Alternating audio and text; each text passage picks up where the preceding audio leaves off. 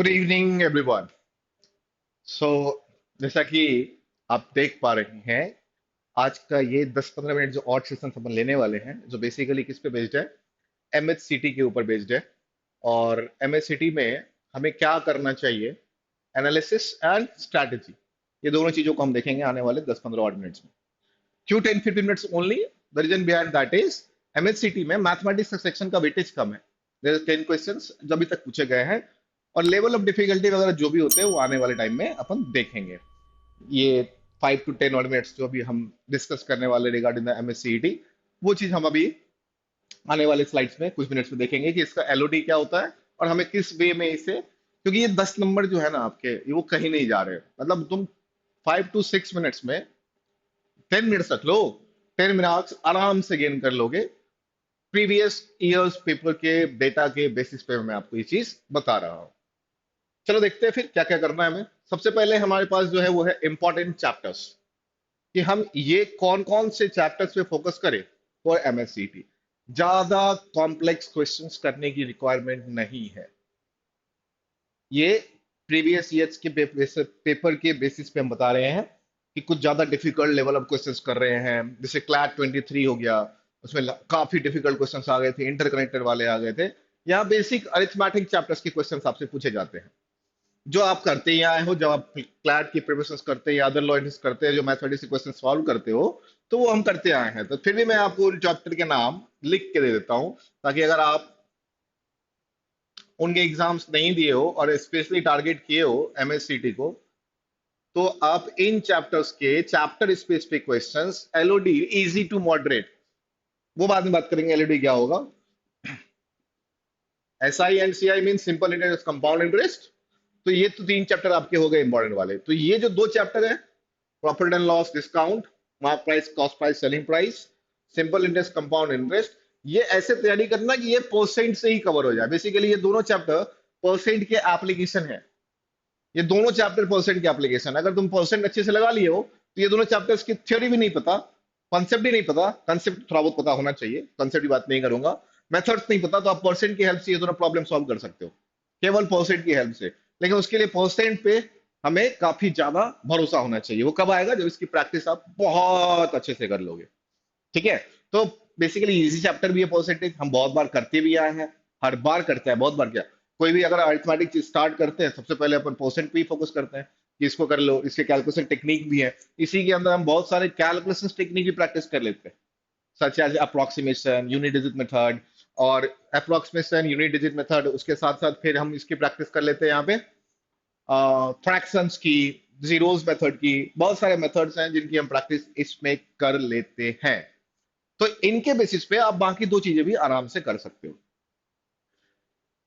The third one, यानी मैं अगर इंपॉर्टेंस की बात करूं, तो सेकेंड वन, फर्स्ट इंपॉर्टेंट ये है, तो second one is are ratio and proportions. देखो इनके एप्लीकेशन ये है, इनको मैंने अलग काउंट नहीं किया। अगर मैं इसको 1 नाम दूंगा, तो ये 1 पॉइंट ए है, ये 1 पॉइंट बी, और अलग अलग करना चाहते हो तो अलग अलग कर सकते हो। The two is ratio and proportions.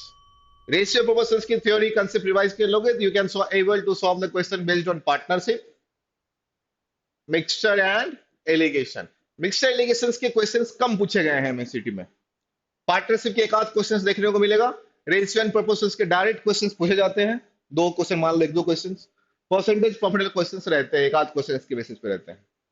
इसके अलावा जो क्वेश्चंस पूछे जाते हैं, बेसिकली अगर देखोगे तो कुछ एक क्वेश्चंस मैंने पिछले 2 सालों में देखा कि सिंप्लीफिकेशन के क्वेश्चंस पूछे गए, जो one liners based, language based simplification questions होते हैं, है ना। 4 पेन की कीमत दो 20 रुपए, तो 10 की कीमत बताओ। इस तरह क्वेश्चंस होते हैं, ये पूछे गए हैं प्रीवियस ईयर्स पेपर्स में। Exactly previous years papers consolidated रूप में अवेलेबल नहीं है, तो लेकिन जब एग्जाम दे के स्टूडेंट्स आते हैं, तो जो क्या कहते हैं उसको, याद वाले क्वेश्चंस होते हैं, वर्बल क्वेश्चंस होते हैं, ये पूछा गया था, उनके बेसिस पे सिंप्लीफिकेशन के क्वेश्चंस पूछे गए हैं पिछले 2 सालों में। तो थोड़ी सी प्रैक्टिस अपन सिंप्लीफिकेशन की भी कर लेंगे। जो नॉर्मल क्वेश्चंस, एक एक एक से 2 क्वेश्चंस का वेटेज टाइम स्पीड डिस्टेंस का, और 1 to 2 क्वेश्चंस का वेटेज टाइम एंड वर्क का भी रहा है।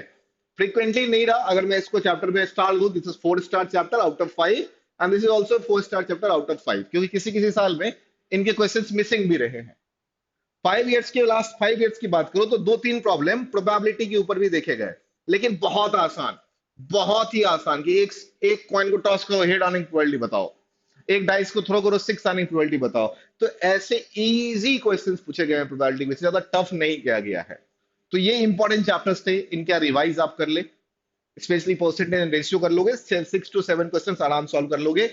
Time speed distance time and work के बेसिक्स क्वेश्चंस जो होते हैं, रिलेटिव स्पीड, एवरेज स्पीड, इनके क्वेश्चंस, और टाइम एंड वर्क में वही एमडीएच वाले क्वेश्चंस जो होते हैं, मेन डेज आवर्स वाले, उनके क्वेश्चंस कर लोगे, मोर देन इनफ हो जाएगा for the MSCT purpose perspective. Level of difficulties, ये चीज काफी इंपॉर्टेंट है, क्योंकि एलओडी क्या होगा, अब चैप्टर्स तो है लेकिन उस चैप्टर में तो एलओडी वेरी करते रहता है, इजी भी होते हैं, टफ भी होता है, और भी तरह के क्वेश्चंस हो सकते हैं, थोड़े से ट्रिकी भी हो सकते हैं। तो मैं बताऊं यहाँ पर एमएचसीटी में अभी तो जो पेपर है उसमें ट्रिकी क्वेश्चंस नहीं के बराबर है। यानी क्वेश्चंस किसके बेसिस पे, डायरेक्ट क्वेश्चंस है, डायरेक्ट बेसिक कंसेप्ट पे क्वेश्चंस पूछे जाते हैं विथ लेस कैलकुलेशन, यानी कैलकुलेशंस भी उतना टफ नहीं है मैथ्स के पेपर में एमएनसीटी में। डायरेक्ट बेसिक कंसेप्ट पे क्वेश्चंस पूछे गए हैं, कैलकुलेशंस भी कम है। एलओडी की बात करूं तो इजी के साइड में 70% रख सकते हो, मोर देन 70%, एंड मॉडरेट की तरफ में हम रख सकते हैं लेस देन 30%। यानी 70 to 80% हम बोलेंगे पेपर इजी साइड में रहता है। मैथमेटिक्स के 10 क्वेश्चंस, मतलब 10 में से 8 क्वेश्चंस डुएबल है, इजीली डुएबल है, with in a minute doable होते हैं। और मॉडरेट लेवल पे एक आध क्वेश्चन बीच में दे देता है, ये हर साल नहीं, कभी कभी 2-3 क्वेश्चंस मॉडरेट लेवल पे देखे गए हैं। मतलब एलओडी टफ को भी टच नहीं कर पा रहा है, पिछले साल की बेसिस पे बोल रहा हूँ। इस बार क्या कर रहा है, अब ये तो पेपर आएगा तो पता चलेगा कि इस बार उन्होंने लेवल बढ़ाया कि नहीं बढ़ाया, but on the basis of previous data we can easily see that the questions based on percentage और टाइम एट वर्क और टाइम स्पीड डिस्टेंस और रेशियो प्रोपोर्शंस एनीथिंग, तो उनके level of difficulties easy to moderate level में lie करते हैं। Easy greater than 70%, यानी out of 10 question 7 to 8 question on easy mode, easier side. If you अगर मैं स्केल पे दिखाऊं, बताओ, ये जीरो, इसके 1 ले लो, जीरो तो मत लो, और ये लो अगर 10, तो ये अगर मैं यहाँ 0 से 3 को इजी बोलूं, कि अगर इस बीच में हम रेटिंग करें तो इजी होगा। 3 से 7 को अगर मैं मॉडरेट बोलूं, कि इस बीच के क्वेश्चंस की रेटिंग को मॉडरेट बोलूं, और यहाँ डिफिकल्ट बोलूं, तो यहाँ क्वेश्चंस 0, यहाँ क्वेश्चंस 2। तो मैक्सिमम क्वेश्चंस यहां से मैं बोलूंगा कि 5 के रेंज में पूछे गए, मतलब ये 10 to 20% वेटेज, और 1 to 5 में वेटेज बोलूं तो लेट से 80 to 90% वेटेज प्रॉब्लम का यहाँ रहा है। तो एलईडी भी उतनी ज्यादा डिफिकल्ट होती नहीं है, बेसिक कंसेप्ट पे क्वेश्चंस आते हैं, कैलकुलेशन भी कम होता है, ओरली कैलकुलेट कर लोगे, सिंपलीफिकेशन क्वेश्चन आ गए तो और आसान बात है।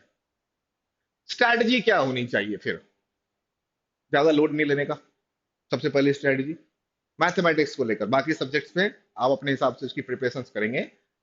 मैथमेटिक्स के हिसाब से स्ट्रैटेजी होगी, हम ज्यादा टेंशन नहीं लेंगे।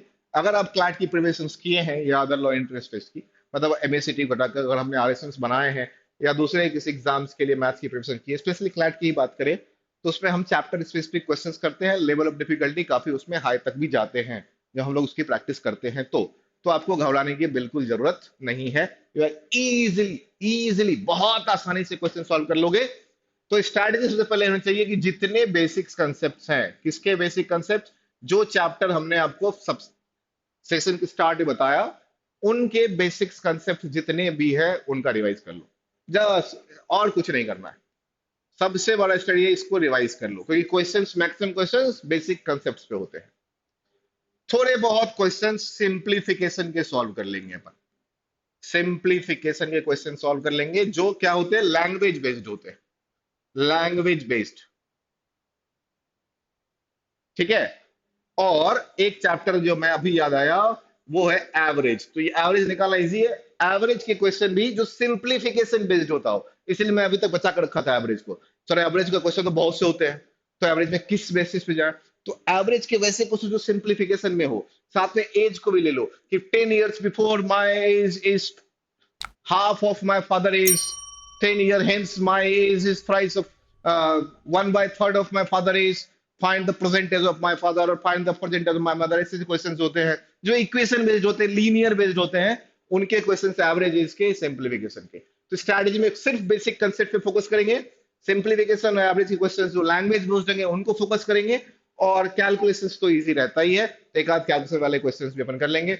आराम से 10 में क्वेश्चंस में 10 क्वेश्चंस तुम आराम से विद इन 10 मिनट सॉल्व कर लोगे। तो अगर ये चीजें हमने अगर फोकस की, बहुत इजी है, बहुत ज्यादा उसमें ज्यादा लोड नहीं लेना है कि क्या लेवल होगा क्या होगा। आसान पेपर होता है मैथ्स का एमएससीटी में, 10 क्वेश्चन ही होंगे। कोशिश करना इसको बीच में बनाओ, कभी फर्स्ट क्लास ना करना, एंटरटेनमेंट की तरह बनाना कि रीडिंग वाले सेक्शन से बोर हो रहे हैं तो दो चार क्वेश्चंस मैथ के लगाना, ताकि रीडिंग वाली जो अपनी कंटिन्यूअसली हैबिट होती है, रीडिंग स्किल्स घटती जाती है, उसको फिर से बूस्ट कर पाए।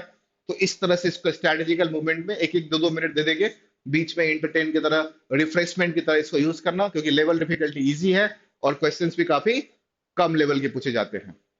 ठीक है, तो all the best for examination. Study काम करना, आराम से बना लोगे। ठीक है, टाटा, बाय, थैंक यू।